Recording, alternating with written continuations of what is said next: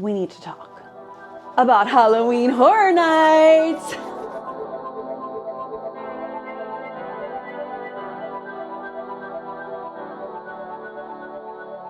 This week, Halloween Horror Nights Orlando released all four scare zones for this year 2025, plus a few new surprises were thrown into the mix, some very interesting info about this year.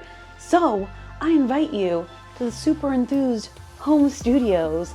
Let's get into it. So I did a video talking about all of the houses that have been announced so far. We still have that hanging in the air Five Nights at Freddy's announcement, and at least one or two more houses being announced depending on what the Five Nights at Freddy's thing is. But we'll talk about that in the next video when we have all the house announcements. Today, I'm gonna focus on the scare zones because it's gonna be different this year. A little mix up in the situation. I'm actually really hyped for the scare zones that they've announced this year. Really interesting original stories, and some are kind of spin-offs, prequels.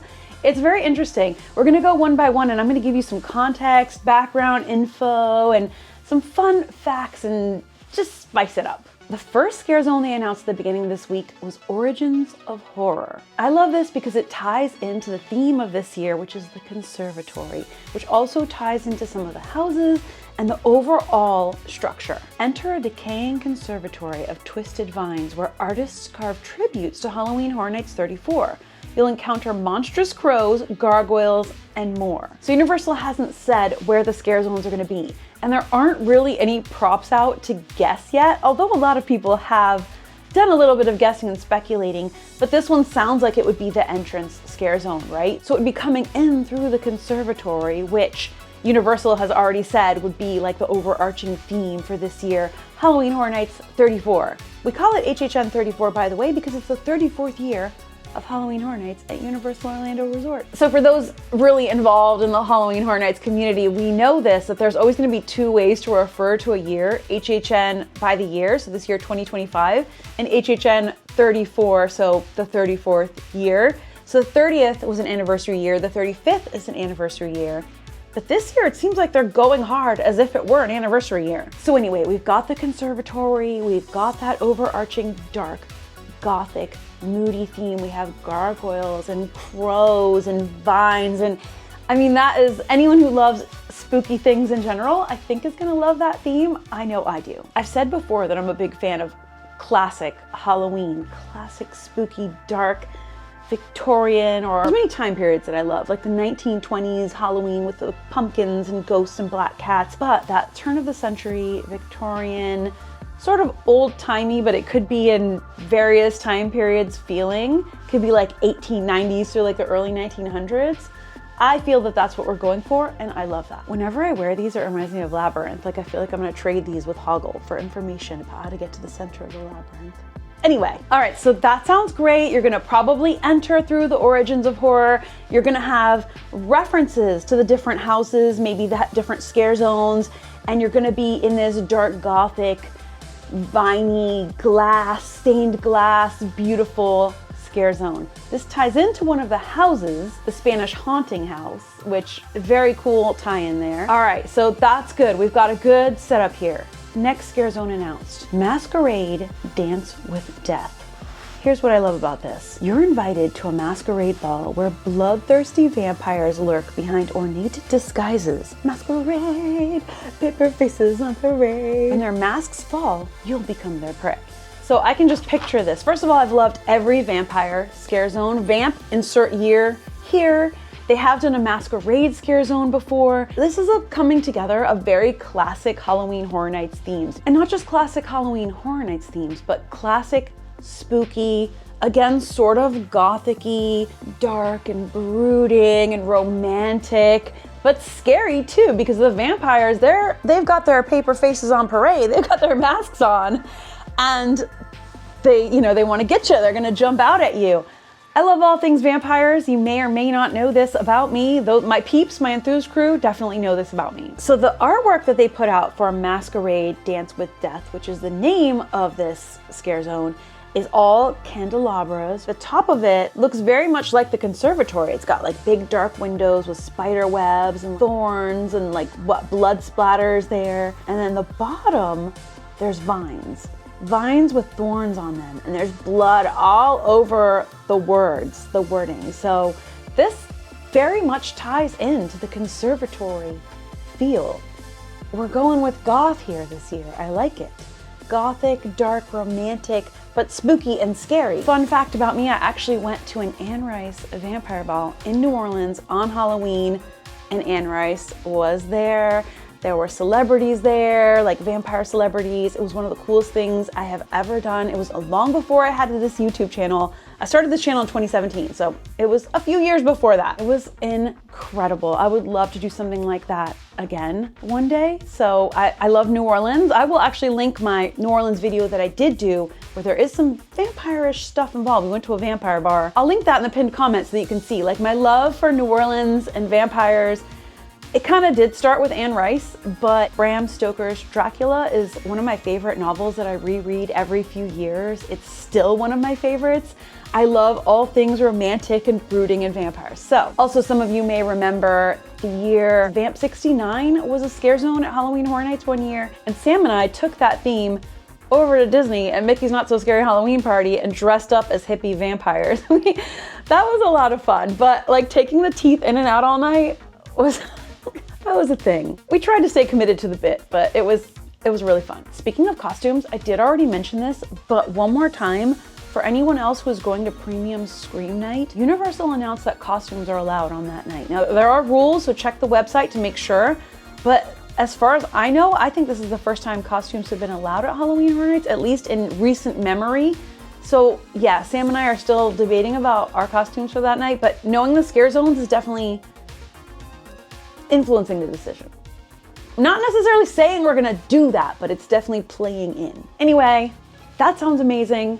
On to the next. The next announcement that they made, and mind you, these were like day by day. No, I love this. I love this. The Cat Lady of Crooked Lane. First, let me describe it to you.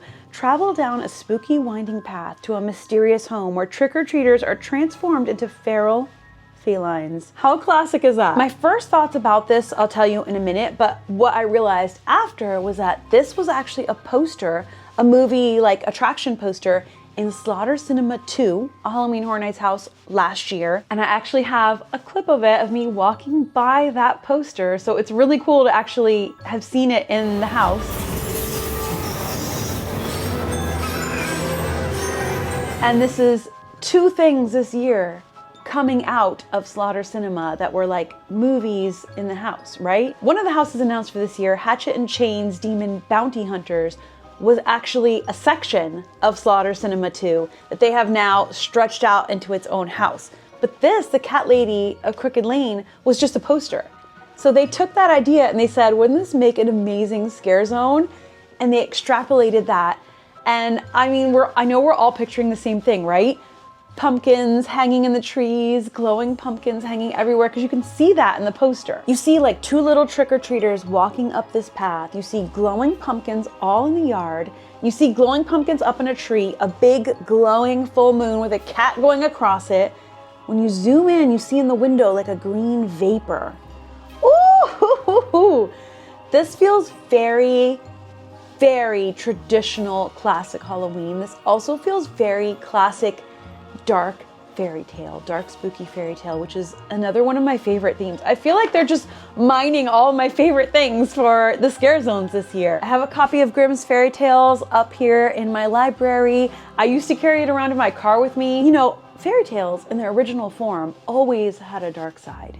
There was a happy ending usually at the end, or at least a lesson, something that you could learn from not to do, right? What not to do so that you come out better than the heroes or victims of the story or whatever. But there's always like some sort of a scary part in there. And they're meant to be really lessons and morals and stuff. So having this, the Cat Lady of Crooked Lane, like, and you can actually see the Crooked Lane walking up. Oh my gosh, this is gonna be a Halloween scare zone. You know what I'm saying? Like you're gonna feel like it's Halloween night every night of the event. I couldn't be more excited. Next up, we have one that sounds like it's gonna be so much fun and it's gonna be so picturesque. So far, I mean, all of them sound really picturesque. These all sound beautiful. Like I can't wait to be there and see them with my eyes, but I also can't wait to vlog them and film them and show them to you. As someone who loves to film and photograph, you know, that's like my eye is like, oh, just picturing these very scenic vistas. Scenic is gonna be scenicking this year, okay? All right, next. So this one sounds like a very fun one. Mutations, and I have a little backstory to this, a little something also. Mutations, Toxic 20s. All right, so we already love anything 1920s themes. Toxic, slime, goo. I don't know, there's something about it that again is just very traditional, spooky, fun. Halloween in a 1920s neighborhood. A BuzzCon truck with radioactive cargo crashes into a mobster getaway car, sending the city into toxic pandemonium. I just love the words toxic pandemonium. I don't know, it just sounds right. This immediately sounded familiar. I was like, BuzzCon? Are we talking bugs? So this is actually, I think, a prequel of a previous house from a few years ago. So it was a house called Bugs Eaten Alive, right? And that year we did the Daytime Behind the Screams tour, which I highly recommend if you're a fan of the event. We do them every year. I think we actually didn't last year, and that was the first time we hadn't. But we do them pretty much almost every year, and hopefully we will this year too. You can book a 3-house tour or a 6-house tour. I don't think that they have announced yet which houses will be part of the tour, but anyway, that year we did the daytime tour and that house was part of the tour. So we got to go into that house with the lights on, and they tell you where you're allowed to take pictures. You aren't allowed to like really film those. You're only allowed to take photos and only where they tell you. So I have some really, really cool behind the scenes daytime lights on photos of that house I'm gonna share with you while we talk about this, because I just love to share them whatever chance I get. And like, I couldn't vlog it, so, you know. In the Bugs house, it was BuzzCon, right? And they had Exterminator, it was a product, it was 50s. So they're doing a demonstration of Exterminator in your house that keeps the air clean and kills bugs. But then as you go through, it's horrifying and the bugs are taking over the house and eating and killing everyone, and it's horrible. But the vibe in there, like the scenic was gorgeous, and the sets and the costumes and the big giant bugs in their costumes were just incredible. So this is set in the 1920s. So decades before that. So this seems like it is a prequel. So before they were called BuzzCon, they were called BuzzCon, right? Toxic goo, and they don't learn. BuzzCon doesn't learn. Maybe it's something completely different. Maybe it is not related. And this is just me kind of like putting 2 and 2 together. It seems like it is the same company, BuzzCon. What do you think? What do we think? Do we think this is the same like situation? Like this is another, not a sequel, but a prequel house, another connected story, connecting the tapestry of Halloween Horror Nights year to year? But yeah, can you picture 1920s mobster, radioactive, car crashed in town, green fog and goo everywhere, and everyone's like running up to you. The art here is so cool. We have, looks like a glowing 1920s mobster, and he's got like a bag of cash in his hand, right? And a flapper looking lady behind her, tons of bags of cash all around them, and barrels of green, toxic, slimy ooze everywhere. I mean, that's like my favorite color, green slime ooze color. Many of you know this. This is my favorite color. So I think this is gonna be a really just another scenic, gorgeous, spooky, fun scare zone. I think there's gonna be a lot of laughs, but also a lot of scares. I think this is gonna be just great. And it's very classic too, like toxic sludge, turning people into mutants is a very classic horror theme, going back really far to the beginnings of horror, basically. We have comics and films, and it's very much part of the American psyche, I feel like. Something about that, feeling like the Industrial Revolution and the toxic slime is gonna turn against humanity and like turn them into horror monsters. And it's a real fear. So it's something that, you know, these types of things, horror movies, books, films, and events, their goal is to tap into primordial fears, right? And I think this is going to be done in a way that's very classic and very fun, even though it's like fear, fun. Yeah, well, that's what the event's about, right? You go to Halloween Horror Nights to have fun, to laugh in the face of fear, to scream, to be scared, and to face it all. Okay? We don't have to get into a thesis on this here, but you know what I'm saying, hopefully. So that is 4 scare zones, right? Traditionally, the past years, we've had 5 scare zones. But today, instead of a 5th scare zone, we had a surprise curveball announcement, and here's what it was. So Universal announced brave all-new street experiences that take the horror to new heights, featuring zombie car hops, undead DJs, and more. Details coming soon. So they hit us with another details coming soon. But they did name the two street experiences as Mel's Die-In Zombies, and that's why I wore my Mel's Die-In shirt. This shirt was so popular the year that they sold it. So Mel's Drive-In inside Universal Studios, right? An iconic restaurant in there based on a film. It's there all year round. They sell burgers and it's 50s themed and it's in the Hollywood section of the park.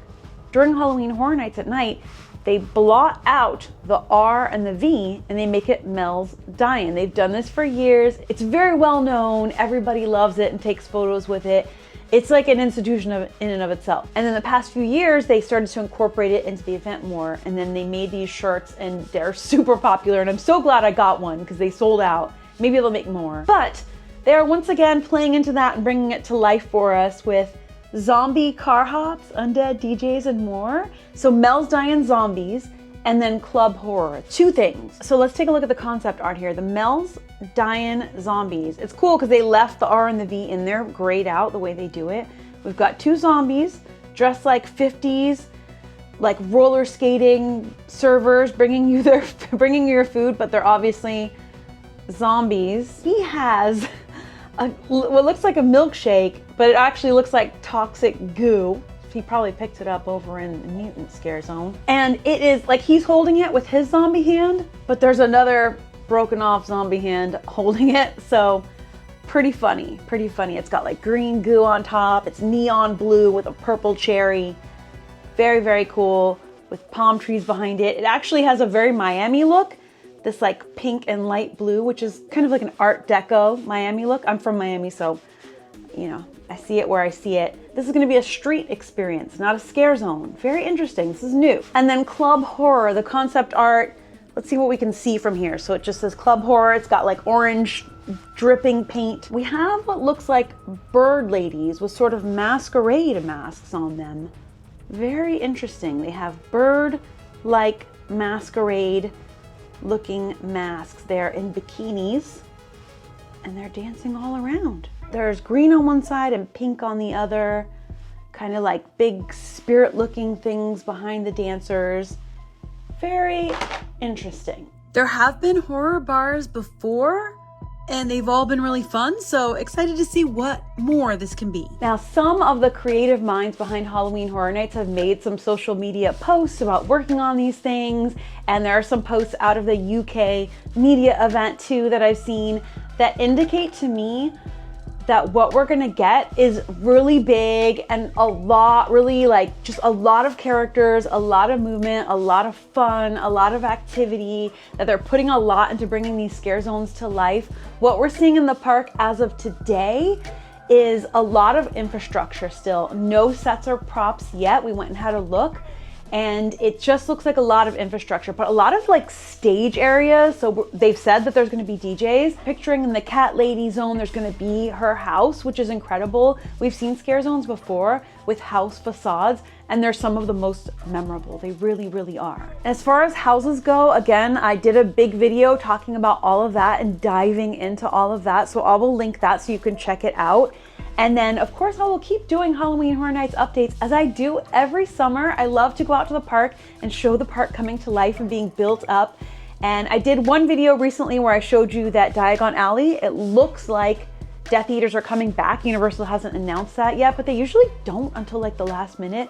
But it looks like it because the stage is there and there's just a lot of infrastructure around the park, so I'll show you that too. But no actual sets or props yet. As soon as there are, I will be out there to show it to you, again, as I do every summer. It's one of my traditions, one of my favorite series to do. And of course, when the event begins, we plan to be there to show you everything that we possibly can, show you the event, give you our feedback and reviews and experiences, and share all of that with you. I don't know, I feel like it's shaping up to be a really interesting, diverse year with lots of different things going on. So yeah, very, very cool lineup this year. Let me know what you're most excited for, what sounds most intriguing and exciting to you, what you're most curious about. I'm most curious about the street experiences. Like, what is that? How big are they gonna be? Where are they gonna be? How is that gonna play out? Are they gonna like start and stop or be ongoing the whole time. I'm curious about the logistics of how they're gonna work and obviously how they're gonna look and feel. Halloween Horror Nights 34 at Universal Orlando. Now, I'm focusing on Orlando because that's where I live and that's the event that I attend, but some of these are gonna be two coasts, right? So some of these have been announced for both coasts. But for the Orlando event, let me know if you're attending, what you're most excited for. I will see you soon with more updates as we move on. Not just that, but there are some very cool, exciting new things happening this week over at the other parks too that I'll be there for. So stay tuned for all of that. Thanks so much for hanging out with me in the Super Enthused home headquarters today. Got a lot going on today. There's a lot going on behind the scenes right now in the Super Enthused world, all good things. So yeah, I'll keep you updated on that. More to come, stay tuned. Thank you so much for hanging out with me today. I'm sending you a ton of love. I'll see you for the next video. And until then, as always, stay spooky, stay enthused. Bye.